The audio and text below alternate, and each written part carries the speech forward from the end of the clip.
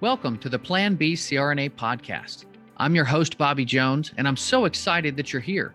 The Plan B CRNA podcast is the only show made specifically for nurse anesthetists who are exploring options outside of their traditional career paths. This is the place to expand your mind and your goals as we uncover new ways to produce side income together. The mindset that we bring to any situation plays a key part in overcoming challenges and really enjoying our unique paths in life. On Thoughtful Thursdays, I like to explore emotional topics that are relevant to CRNAs and other providers. I think of this as my therapy, and I hope you learn some tips and tricks that you can use along your own journey. This episode is brought to you by On-Call Capital. On-Call Capital is dedicated to educating CRNAs and other healthcare providers about investing outside of the traditional stock market. On-Call Capital also provides opportunities for you, yes, you, to create passive income and generational wealth while also lowering your taxable income through investments in the apartment and alternative investment spaces. If you haven't hit subscribe yet, make sure you do that right now so that you don't miss an episode. Thanks so much for joining me today, and now on with the show.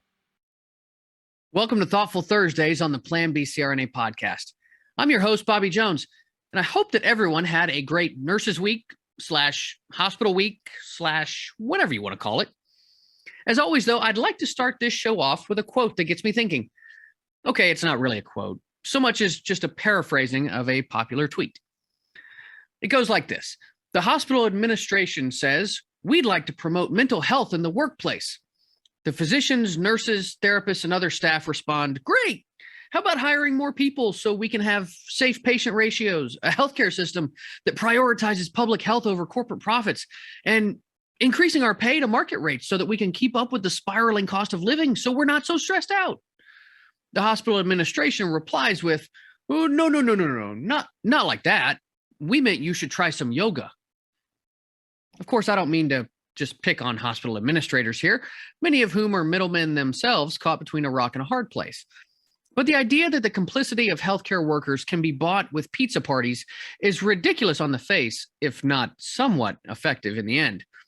For those of us who've been in healthcare for a decade or more, you've likely seen changes in your environment. The move from true patient care models to business models has been slow, with the pendulum steadily moving toward profits for executives and exploitation of workers. Healthcare isn't the only industry to be affected, though. It's just one of the last ones. I saw this firsthand at the institutions where I worked. The first CEO I worked under held a balance between patient care and profit. He had worked his entire career for this hospital, rising up the ranks and having a feel for the community overall. The CEO who followed him was more of a numbers guy, and that has led to the dramatic swing towards profits that we've seen locally. That's not to say that the quality of care hasn't remained high, but it's been at the expense of the health and wellness of providers as staffing ratios continue to get worse and administration continues to expand. In fact, across the country, the amount of administrative workers in hospitals has increased dramatically without a subsequent increase in frontline providers. This has led to administrators being even more out of touch with providers. This shift, along with the pandemic, of course, is a major reason why burnout among workers is at an all-time high. Nearly 20% of healthcare workers have left their profession entirely in the last 2 years, leaving those who are sticking it out in an ever more stressed and overworked environment. The pandemic has shined a light on something that was evident in the years beforehand, though. And I know many of you are probably thinking, no shit, Sherlock. And I know, I'm preaching to the choir here. There's an important distinction to make, though, and it requires using a term that's often left out of the conversation. That term is moral injury. And I only recently heard it from a guest that I had on the show. Moral injury is often mischaracterized. We've all heard the metaphor about physicians and nurses being on the front lines of healthcare, comparing the experience to that of soldiers in battle. Well, moral injury is often misdiagnosed as PTSD in soldiers, just as it is misdiagnosed as burnout in healthcare providers. So what is moral injury exactly? Well, it was first used to describe soldiers' responses to wartime activity. Soldiers who acted, were witness to, or failed to prevent acts that transgressed deeply held moral beliefs and expectations were said to suffer from moral injury. Men and women come back from war having seen horrible things, and those are often in direct conflict with the ideals that they hold dear. Translating this into healthcare, most of us enter into healthcare because we have a desire to help others. We disregard our own health at times, losing sleep and missing breaks and meals in an effort to provide the best care that we can. The moral injury of healthcare is that those efforts are often in direct conflict with the increasingly business-oriented and profit-driven healthcare environment. We simply are unable to provide care and healing that puts our patients' best interests front and center because we have to consider a multitude of factors like finances, productivity, electronic medical records, insurance, and time management. I can't tell you how many times I've felt rushed in the assessment of a patient in order to keep turnover times low and profits high. And I know that I'm not alone there. All of those factors distract from direct patient encounters, fragmenting care and making us feel more like a cog in a wheel than a difference maker for patients. Hearing this term for the first time was a bit of an epiphany for me.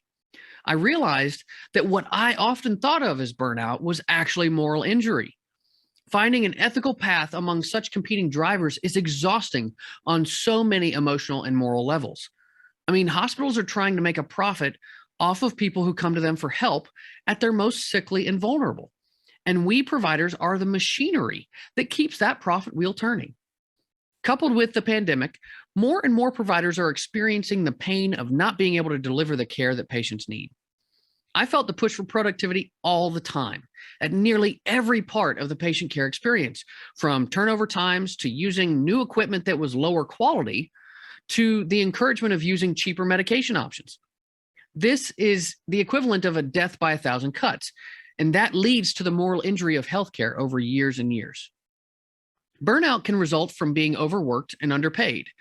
But moral injury is bigger than that because it's asking providers to consistently do things that are against their moral compass. Healthcare systems and hospitals are trying to combat this with wellness programs and corporate wellness officers, switching to team-based care, creating flexible schedules and cognitive behavioral therapy and resilience training. These are all well and good, and they can help to fix burnout in general, but we're not dealing with just burnout, are we? These solutions don't get at the heart of the problem, that these support systems are set up to deal with more extreme circumstances, but this emotional distress that we have results from the everyday operation of many of our nation's major medical centers, not just one-off events. None of these solutions actually change the institutional routines that inflict these moral injuries. So how do you fix problems that seem so systemic? Well, you need courageous leaders who recognize, confront, and minimize the competing demands that lead to moral injury. Providers must be given the authority and resources to make rational, evidence-based decisions on behalf of their patients' needs, instead of kowtowing to profit demands. Thoughtful, compassionate care is best for patients, and it's good for business. It's not just up to providers, though. Patients have to stand up too and demand what is best for their own care from hospitals and insurers. Business entities cannot be allowed to continually override the needs of patients and providers. Aspiring to be patient-driven instead of profit-driven will ultimately create a much better environment for improving community health overall. Well, that's what I've got for you today, guys. If you enjoyed what you heard, make sure you hit subscribe and leave a review. I'd love to hear what you thought of the show today. And if you're interested in passive income opportunities with tax-advantaged real estate, visit my website at www.oncallinvestments.com or reach out to me on Facebook, LinkedIn, or Instagram. Until next time, be safe and take care of each other out there. Thank you so much for joining me for another episode of the Plan B CRNA podcast. If you haven't already subscribed and reviewed the show, I'd be honored if you took the extra time. It really helps to expand our reach and get the word out about the show. If you're a CRNA who is interested in sharing your story on our podcast, I'd love to have you. Please email me at bobby@oncallinvestments.com for more information. This episode was brought to you by On-Call Capital. They are dedicated to helping providers like you develop passive income and generational wealth through investments in the apartment and alternative investment spaces. Feel free to check out their website at www.oncallinvestments.com and subscribe to their free educational email series. You can find On-Call Capital on Facebook, Instagram, and Twitter. You can also check out our YouTube page, where you'll find all of the show episodes along with other educational videos. Thanks for listening, and we'll see you on the next episode.